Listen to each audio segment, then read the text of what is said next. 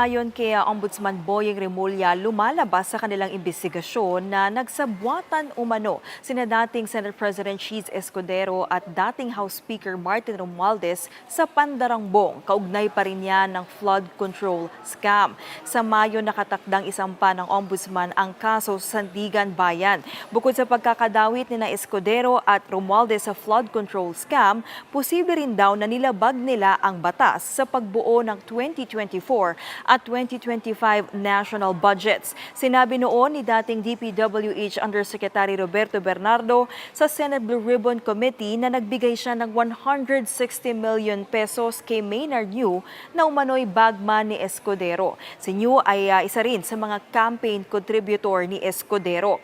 Dati na rin sinabi ng Ombudsman na may nadiskubre silang money trail o paggalaw ng pera papunta kay Escudero matapos aprobahan ang 2025 national budget. Kasama rin si Romualdez sa mga nabanggit sa pagdinig ng Senado na tumanggap umano ng milyong pisong kickback mula sa flood control projects. Narito ang pahayag ni Ombudsman Remulla.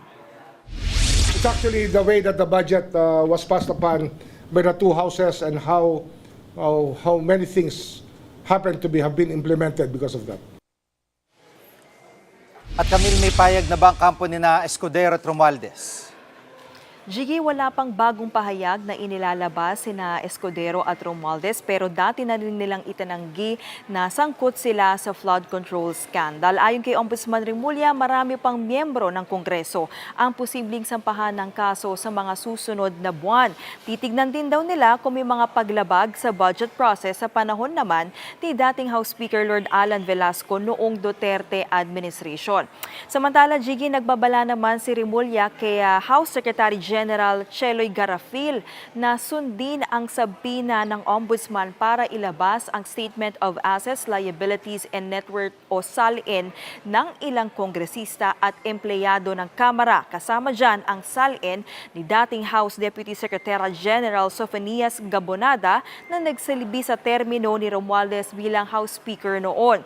Kung hindi pa raw susundin ng Kongreso ang sabina ng Ombudsman, ipasususpindi ni Remulla sa posisyon si Garafil. Jiggy?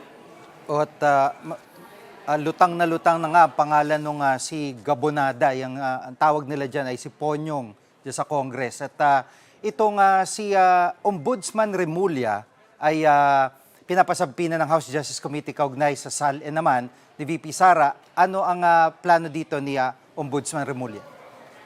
Jiggy, susunod naman daw ang Ombudsman dito nga sa sabpina sa kanya ng House Justice Committee. Pero paglilinaw niya, ang SALN custodian ang magdadala nito sa pagdinig ng komite. Siya rin daw kasi ang mas nakakaalam sa mga detalye na hinihingi ng House Justice Committee.